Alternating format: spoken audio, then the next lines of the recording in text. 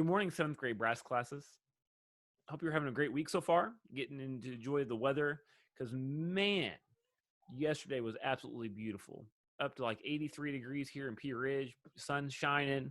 It's a beautiful day to get outside. Hopefully, those that mountain bike are able to hit the trails a little bit and take advantage of this while the trails are nice and dry and great weather.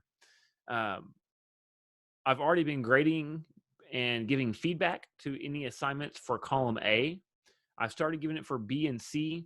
As I've got time, I'm trying to go through the classes, my A-Day classes, and start grading everything from column A from each three classes and putting those grades in, going back and grading everything from column B. Be sure to check any comments and feedback I give you. Remember that if you don't use a metronome on rhythm and playing assignments, you don't get a grade. It doesn't count. It doesn't matter if you play all the right notes, all the right rhythms, and great articulation. You must have a metronome for anything that you count or play. Has to have a metronome, and so be sure that you are using that up front to save you a lot of time. And the reason we use metronomes, folks, is it doesn't just help maintain steady time. It doesn't just help to develop great rhythm, but using a metronome regularly, consistently, helps to develop a strong sense of internal pulse. And so when I say internal pulse, being able to maintain tempo without a metronome going click, click, click, click. Some of the greatest music in the world has very limited percussion parts, or they're all on mallet type instruments, or they've got things that add flair to it, like a suspended cymbal roll or effect type things. So some of the most moving music has very little metronomic parts written in. And the reason that that music can be played so well is the musicians have a really, really strong sense of internal pulse. When a tempo is set, they can help maintain that tempo through subdividing, through tapping their toe, through the things that we talk about, but they practice with a metronome. I've watched a lot of professional musicians that are doing like free warm-ups on YouTube and recording those for later use, or like introduction for like beginning brass, or here is what I do for, professional musicians that are just live streaming what they do as part of the warm-up every day. And the one thing that every single one of them has in common, regardless of where they are in the world, regardless of what instrument they play, they are all using metronomes. When they breathe, when they are doing articulation studies, when they're doing scale studies, when they're doing melodic studies, whatever they're doing, they're using a metronome. And it's to maintain and develop a super strong sense of pulse. And so that's the reason that we're doing it. Pulse is something that I have for a long time had trouble with. And it's because I did not use a metronome religiously until I was in college. I just didn't. I always felt like it made me sound like I was a worse player because I wasn't staying with it. And so I would just choose not to use it. And I have suffered from that. I've had to work a lot harder to maintain tempo and time. And while my internal pulse is much, much stronger now because of my use of a metronome every time I play, it's not as near as strong as my colleagues who started using metronome much earlier than I did. And so save yourself the struggle and use it now. Every time that you practice, use a metronome. Every time that you record, use a metronome. It makes you a better player.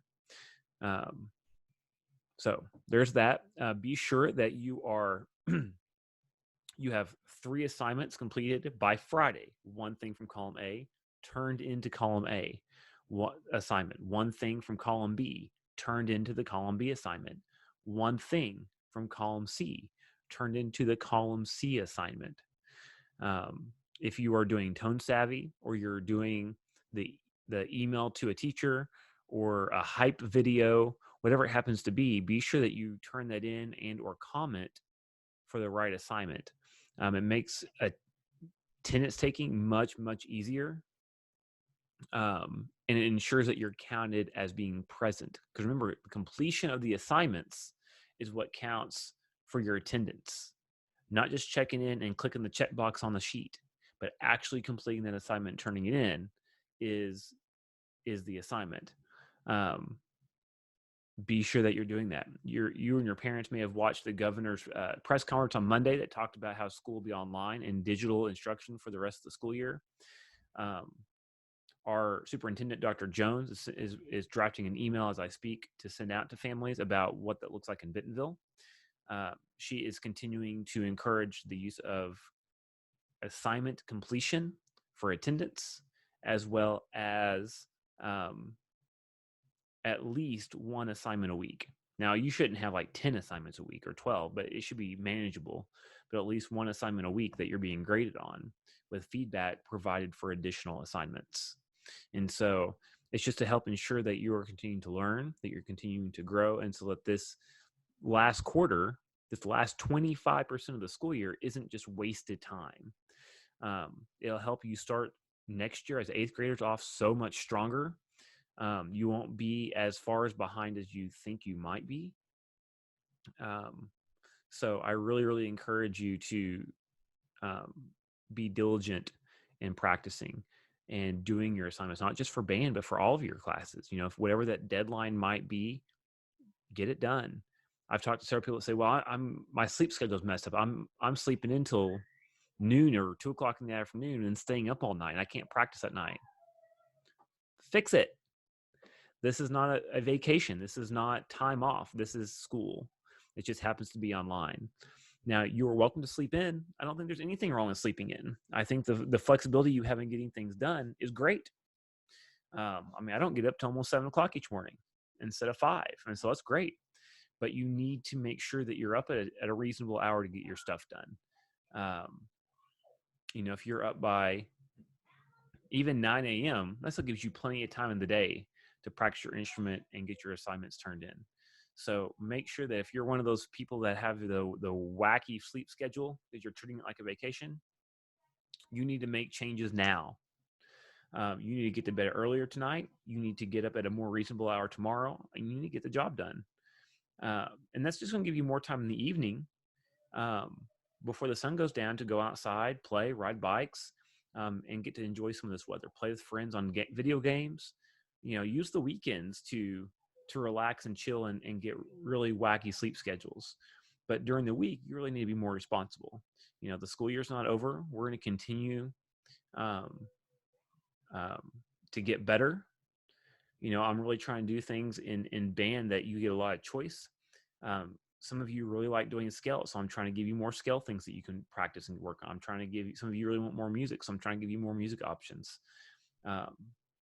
So most of what I'm asking doesn't take a lot of practice to do well, but just to continuing to play every week, every day, continuing to get better. All right. Some of you have asked about, well, what about our concert stuff that we've been working on, Jungle Dance, and I've heard that we're getting high hopes. And what about high velocity? Like, what's going to happen with all that we've been working on? The plan right now, that everything in the district is canceled till the end of the school year, and so trying to schedule anything in the summer is not feasible. We don't know what that's going to look like right now. But my plan is that the music that we're working on is for when you become eighth graders in August, is that we'll do an earlier concert on this music, High Hopes, High Voltage, and Jungle Dance, you know, the end of September, beginning of October. You've already been working on it. We'll continue to work on it and learn how to do it. And so when we come back in the beginning of the school year, learn pep music for pep rally, which many of you already have and are working on. And then 2, work on finalizing our concert music and getting it really clean and really good.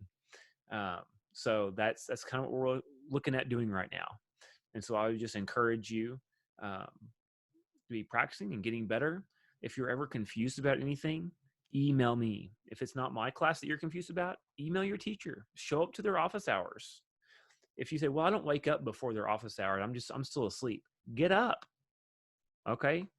Don't wait until your teacher calls you or emails your parents and say, hey, you know, Joe's not getting his stuff and I didn't see any homework from him. And I've sent an email and a reminder in Google Classroom, like, what's going on? And then your parent is blindsided. You know, you don't want that to be the situation. You're too smart for that. You're too good for that. And so if you're confused, reach out to your teachers. We're here to help you. We want to make sure that you're successful. And we want to help clear up any any confusion you might have in what you need to do. And so just be proactive and get done what you need to get done. Um, Hope you're doing well. I love you all, and I will talk to you soon.